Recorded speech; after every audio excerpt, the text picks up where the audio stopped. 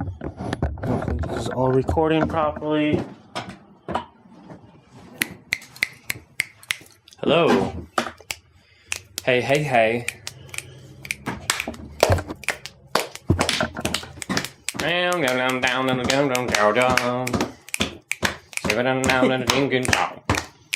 recording that. Save it in town. Save it in town. Hip to the south. Hip to town. That good? All right. I love it.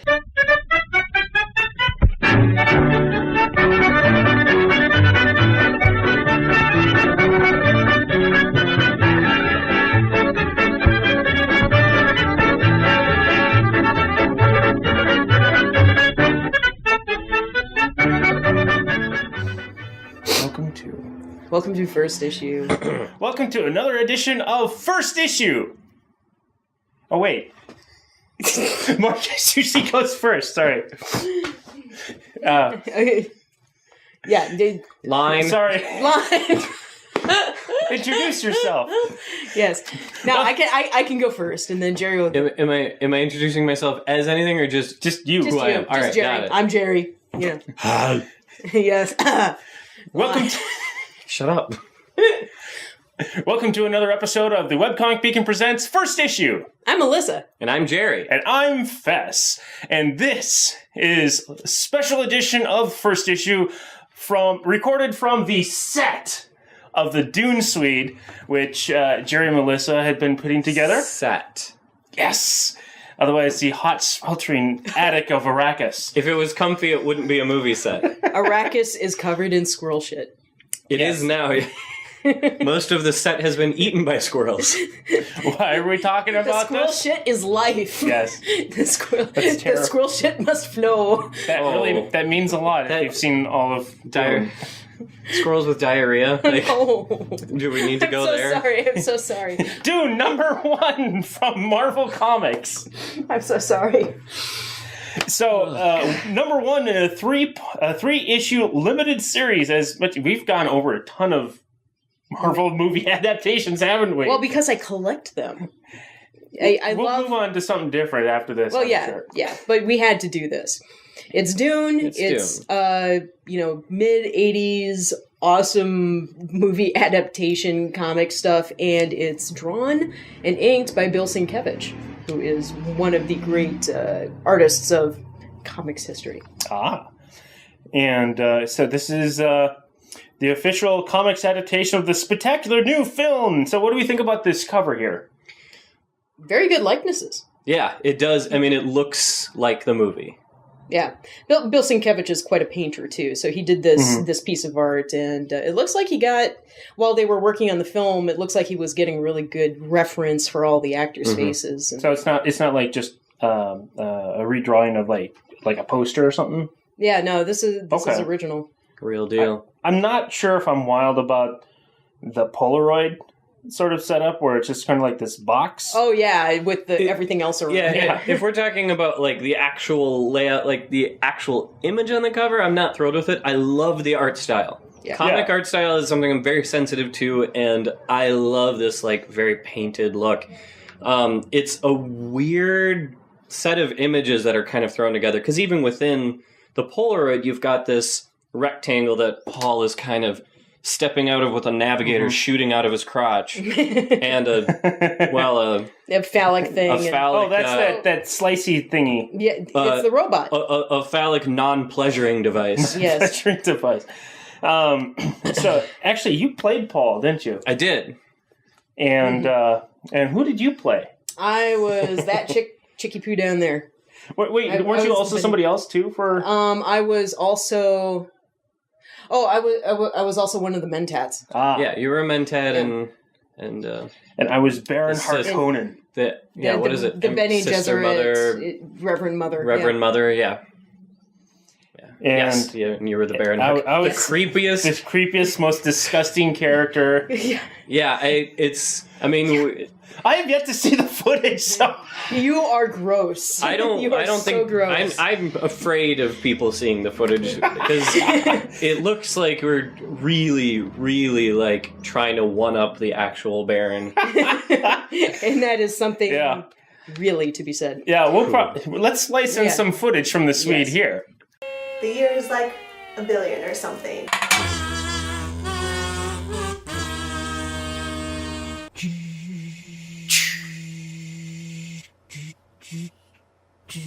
You will feel an itching and a burning. He who controls the spice controls the universe!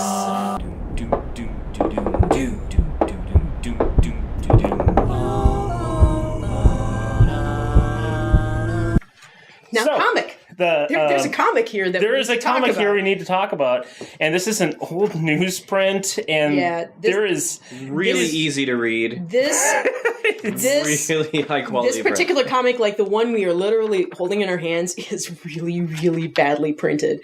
It's smudgy and very, very smudged. I tried to color correct it for the video. The ink between the pages is even like combining, like the black from here is all it's all rubbing off on other pages because they gave the ads and everything much higher ink quality than there are giant offsets in where the color plates landed, and so there are problems with printing. This is definitely like the most minimalistic Georgia O'Keeffe version of Dune I've seen. Oh, I know. I love that this opens with a full page panel that includes like 6 lines. Yeah. There are 6 lines on this page, and that is why I love Bill Sienkiewicz. Yeah. Yeah, I mean, it's like, normally I would say like this is kind of boring for an establishment, but it's called Dune, it's on Arrakis, which is this sand world. You gotta start with that desolation. Yeah, it's a pretty good establishing shot.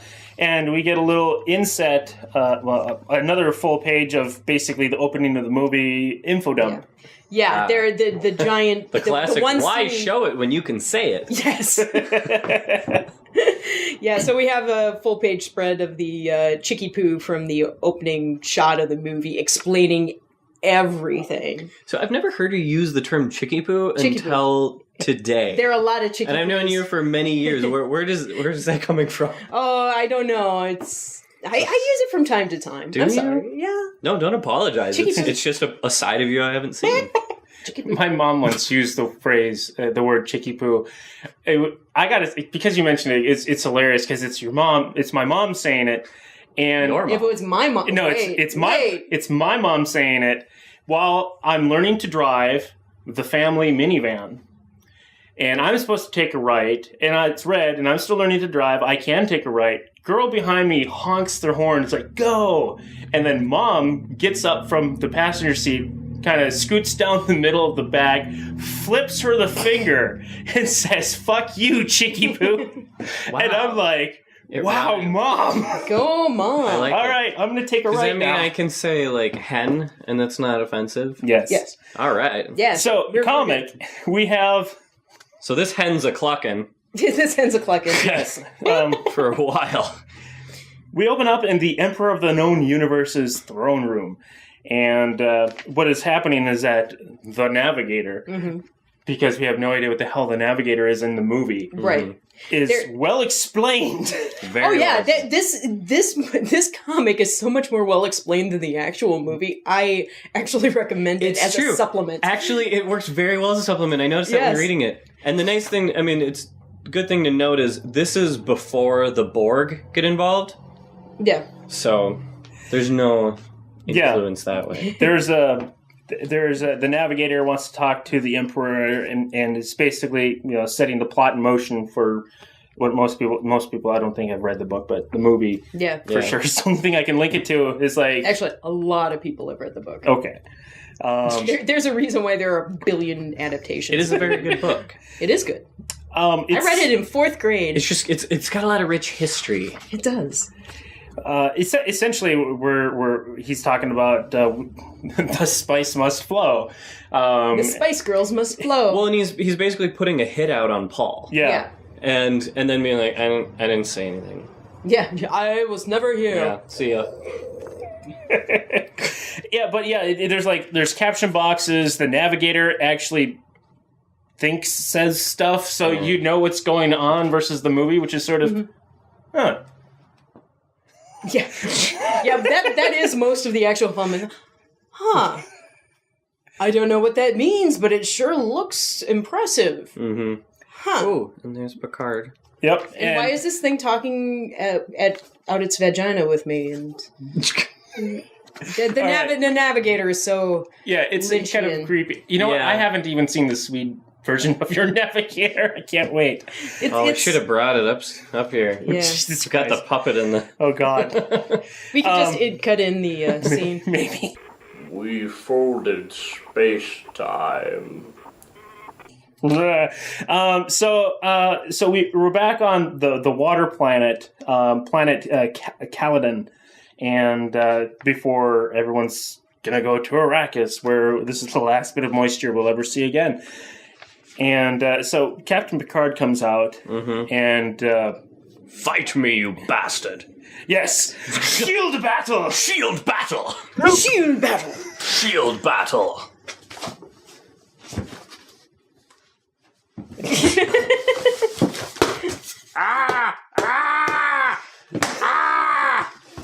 No, the slow blade, Fez. The slow blade. Ow. So it is very dusty on the planet of on the set of Arrakis. Yeah, my mouth is dry. But essentially, a lot of it's a very dense read, is what it is. Yes, there are words everywhere in this And they're comic. very small. It's more closer to what you would expect from like a graphic novel with a dense story. Yes. And That's true. You get a good bang for your buck as far as It's true. as content. So It's- shield it's- battle. There's robot battle. there's robot battle. There's guys with the crazy Well, freaking and- eyebrows. I love the Picard scene because he's like, I got you, and then he's gonna like threatening to cut off his balls. Yeah. He's like, oh yeah, look down, buddy. Yeah, all the little elements that are being put into place. The voice weirding. the weirding, It's the weirding. Yeah.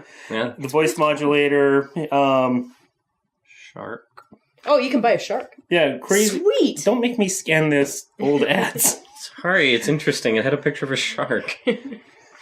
We'll go over ads some other time. We have the pain box in here. Basically, this is a number 1 in a 3-issue series. So if they're doing this right, we should have the first arc, the second arc, and the third arc of Right. what should have. This is all the first act. It's all the act, yes. All the first act, which is all the setup, the training, and the pain box. Your hand's going to be burned away, or so you think. And they're establishing that like his mother was supposed to have a girl, but she taught him her ways anyways. And is he going to be the special figure that like various parts of the chosen various one? clans of like have as this chosen one? The Fremen and everybody.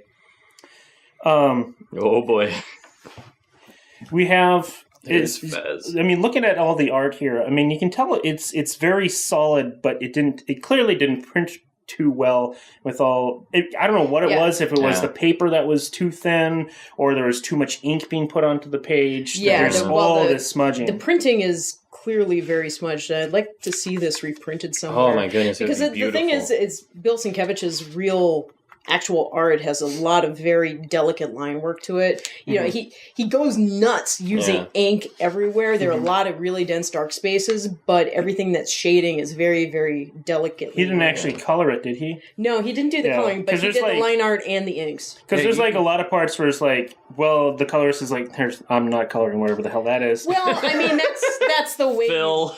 That really, in these older comics, you didn't have Photoshop. So, I mean, that's kind of the best way to handle stuff Yeah, you like can that. really tell in this one panel with this green and this red where there's essentially it's cut out where this color lays over, and you can really tell because the blacks, it shows through the black a little bit too. It's done really well here though, because I mean you've got that layover of the yellow, so you see where the tram is. You've got the red smoke and like that acrid smoke coming out to give it that great contrast. Right, and it is frustrating because it's so detailed and so smudged. Like you can tell that it would look incredible if it was like printed really nicely. Yes.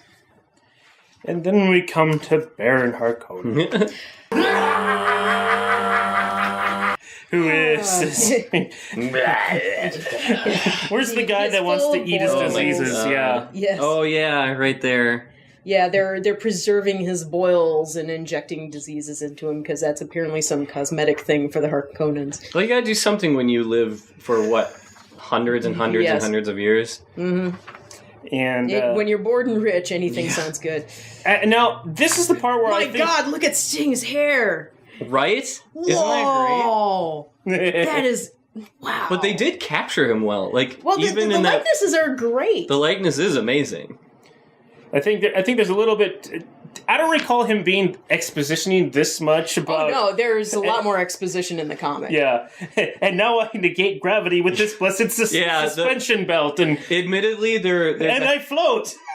There's a few moments like that where it's like, okay, yeah, I understand you have to explain that, but it's jarring. Like, those moments are jarring because the rest of it does fit so closely with the movie, and that might just be because there's obscene amounts of voiceover in the movie. Yes, but there's also specifically with the "and I float" thing is because there are certain things you really can't show in a comic that doesn't move unless you have 8 panels at your disposal. Exactly. Right, and so look at how many panels are on this one page. Well, yeah, and so if you have to go from one panel to another, going showing a guy flying, if you haven't established that he can fly yet, well, you just got to basically say, I can fly! Yeah. And then next panel, he's up in the air. And I'm going to pull a rocketeer. Yeah, this whole scene, personally, like, this whole scene probably could have been better adapted if it were, like, a couple of pages, but you're trying to condense a whole movie into... Yeah. It does capture the really creepy, how much he likes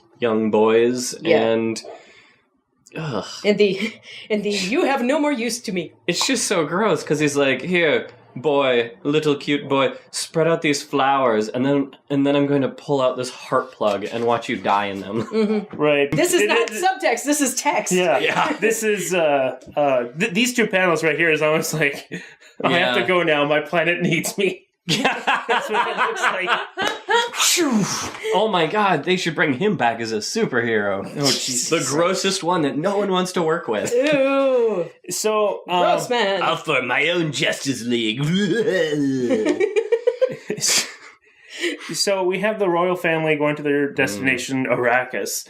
And this, I don't think this was like any sort of thing that was remotely in the movie explicitly, but I like this panel looks really cool. The way they show the navigator grabbing space and time and just folding it. Like a piece of cloth. See, I think that's cool. How you adapt. Like, they're making use of the fact that this is a still image, and they're actually like saying a lot with just this one picture. Because I mean, if you know that space, folding space and time like happening. It's a sheet. Yeah. So that was one panel that really impressed me as well. Me too. The storytelling you have to do with the still image, and so they get to Arrakis. There's intrigue and choose your own adventure. Don't make me scan these. Sorry, I like choosing your own adventures. That's his thing, you know. Yeah. So. We come back. We're back on Arrakis, and the family is here, and Paul and the weird eyebrows guy, and they're going out on patrol or something like that. Yui. Yeah, they're doing like a tour, sort of. Hey, let us show you the beauty of Arrakis, or here's our spice operation. It's a nice stained glass window too. When you got all that sand, I mean. Yeah, fair enough. Do something with it. Yeah. Vast tracts of sand. Millions and billions of decaliters of water. And sand. Sorry. The introduction of their little flying, like, a waycraft shuttle is really funny to me, because you've seen all this incredible technology and everything so far, and this is the one that they're like, get ready for the incredible... Orphanopter. It's a shuttlecraft. I know, it's like shine. It's like a whole panel just for this. Ta-da! Little box. We're not. Little legs. We've been really bad about like actually going over like the story and such because there's so much of it. There is so much of it, so we got to look at this almost as like they're on Arrakis. They got there. They know it's a trap, but they're going anyways because they think they're smarter. And they've got the Messiah with them. So they've got the Messiah with them. Paul survived the pain box, so he's like more. It's more likely that he is the chosen one. getting ready to kick it. Oh, they got their still suits on. They learned about Fremen manufacturing and how they can survive in the desert for weeks at a time. I mean, I will say it's like, as far as like reading the comic thus far, I mean, it's like reading, I would say, a graphic novel. It's very dense, and I mean, you can't expect everything to be punchy because that's not what this is. It's setting up a lot. It's adapting the movie probably more than the book ever, but it is incorporating some parts that have been left unsaid in the movie. So, well, the thing is that the movie, when it was originally cut together, before it was cut down for a theatrical release, was much longer. So I think what a lot of the things, the extra stuff you're seeing in here is actually from the original cut of the film. Well, like and what Sienkiewicz and the writer were probably doing was working directly from the original movie script. That's what they were doing with the original Star Trek comic, as a Star Wars comic as well. Oh yeah, there's stuff in the Star Wars comic that doesn't show up in Star Wars. Yeah. Oh, like especially after number 7, but. So they're going out they're going out across the landscape of this scape. Dune. Yeah, Dune. the 5 lines of Dune. Sand. There's so much sand. Yeah. Harvester. And we come to the harvester where they're mining the spice, which they don't know where it comes from or exactly. But the worms, the natural inhabitants of this world, they get pissed off when you start mining it. Yeah. Yeah, the vibrations. Yeah, they seek the vibrations and they come up with it. Yep. And they still don't understand the relationship between the worms and the spice. Yes. And then suddenly, we've got worm sign! That's weird. I had a dream about Mr. Science Theater 3000 actors last night. Okay. Is that weird? No, Sorry. it's not, actually. It's been a long time. It wasn't like anything creepy. They're just around. By the way, I'd like to point out this ad on the other side. You're going to scan this. You scanned this. I might have scanned this one, yeah. I love that there's the amazing Spider-Man with tips on ways to prevent sexual abuse. They don't do that anymore. I really skimmed over that because I did not read the sexual abuse part the first time around. I was like, hey, it's Spider-Man. Hey, it's Spider-Man. Oh. I hope he doesn't touch me. Well, no, he's helping them. Are you... Yeah. I don't... Yeah. All right, if you look at this picture, he looks like the villain. These kids look like they're running from Spider-Man. It's like, come into my web. And then Sonic the Hedgehog here says, if somebody tries to touch you in ways that don't feel good or seem right, say no. Yeah. No, it's Sonic, the old cartoon, he would... constant PSAs, and the famous one is where the abuse PSA. So anyway, so I find this really interesting that this ad lands in Dune, which has all this sexual imagery. Yeah, no kidding. I mean, they probably especially needed what children are reading this? I mean, it's awfully dense for like children of. I was in 4th grade when I read Dune. Yeah, really it was awesome. I was in 4th grade when I read Lord of the Rings. Things must have changed when I went to school. Well, we were also smart. Read. I read while I was in school. I didn't read like leisurely. I read when I was forced. So anyway, we've got Worm Sign. We've got Worm Sign is like this crazy electrical storm, which static electricity. It explains. I mean, which is a crazy visual in the movie. It is, and there's this very sharp. Very different, and even the colors. Totally different. While they're faded, I'm not sure if they're supposed to be entirely these colors, but it certainly is like this is something that doesn't belong in this area. Yeah. Very well placed together, and it's coming up to the harvester. Yeah, because what's happening is they're basically doing a tour. Like, oh, here's the harvesting process that's going on. And they know a worm is coming, and what's supposed to happen is a ship's supposed to come in and pick up the harvester to save it. But for whatever reason, it's not responding. Mm-hmm. Yeah, so then they take it upon themselves, or was it? Who was it that actually said, "We got to save these people"? Was it Paul? I think it was. Duke Leto. Yeah, okay. I think it was Leto. Yeah. Okay. And so they're rescuing. Yep. They grab who they can, and then shit gets real. Yeah, it gets all crunched and explodey, and I mean, I really wish this was better printed. It would look probably really cool. But then this last panel, that's a money shot. It is so crazy looking. I'm not even sure what I'm looking at. But yeah, this is where Sienkiewicz gets really only. Yeah, this is where Sienkiewicz gets really Sienkiewicz-y because he. Well, it's true. I mean, he really excels at just going absolutely apeshit with ink. And this it's cool. page is all about just using ink. I'm wondering how he does some of this process. Almost looks like he's scraping some of the ink up or something. No, like this, what the white lines are is he inked this all in and then put whiteout over it. He uses tons and tons of whiteout. How do you get those? Probably looks like a needle or I suppose toothpick. But it's amazing because it's this perfect perfect, top down straight into the maw of the worm. And it's huge. And then you see the tiny little ship You zipping can also away. see all these blackout, where he's taking the blackout with the whiteout. And, That's very cool. Yeah. I like that final. Yeah, that one and the space folding time one are the two panels that really, burned into my memory. Right. Yeah. And I'm not I don't know if I have the other two issues of this. I don't know if it actually went beyond. Okay. I want to read it. Does it actually This is a cliffhanger. Okay. Yeah. No, I have all three I of need them. the exciting conclusion. Yeah, I found them and it went... And an Ewok. Look, a little Ewok. Yeah, there's an ad on the back for Star Comics, which there's another ad inside here where... And G.I. Joe and stuff. Yeah, Garfield and Strawberry Shortcake. Heathcliff. What did I say? Garfield. Did I say Garfield? You said Garfield. Oh, I'm sorry. It's another orange cat. Garfield, orange cat. Heathcliff, orange cat. The cat from PvP. Everyone knows everybody's an orange cat. Anyway, dude. I know. Enjoys sandwiches, not lasagna. Well, all right. I used to watch the Heathcliff cartoon. Well, everybody did. We were kids. Well, yeah. So anyway, I do... Heathcliff, no one should terrorize his neighborhood. Don't know the rest. Meow, so, meow, meow, meow, meow. So the Dune #1 as a whole. What do we think about it? I love it. I thought it was pretty good.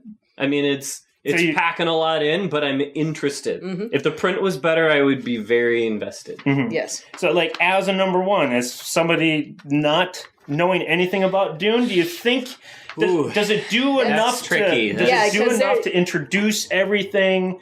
I would say this. Okay. If you had no prior exposure to Dune going into this comic, but if you were someone predisposed to the really weird sci-fi, like Star Wars, all the really deep universes, sci-fi dramas, I think you would hold out through this comic. And I haven't read the second one. If the second one is less cramming all of that kind of stuff and is more building that story arc, I think people would be for it.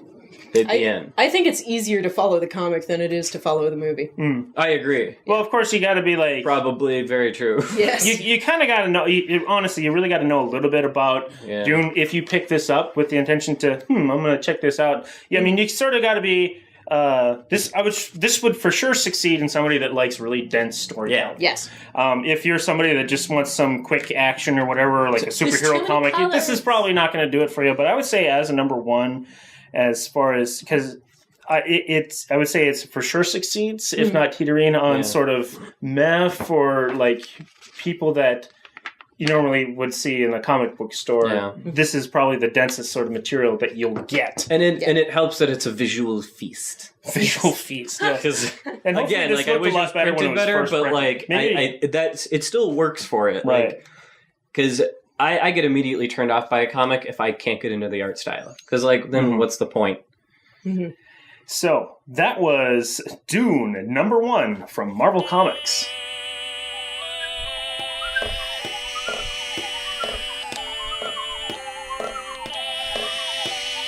Taste the spice and travel galaxies. Water of life, tell me what you see. Fremen warriors everywhere, hidden in the sand, riding worms to victory and finishing the never-ending Dune Suite. La la la la la la la la. What I have here is, since the printing of the Dune comic was so terrible, I actually have examples of Bill Sienkiewicz's original art here.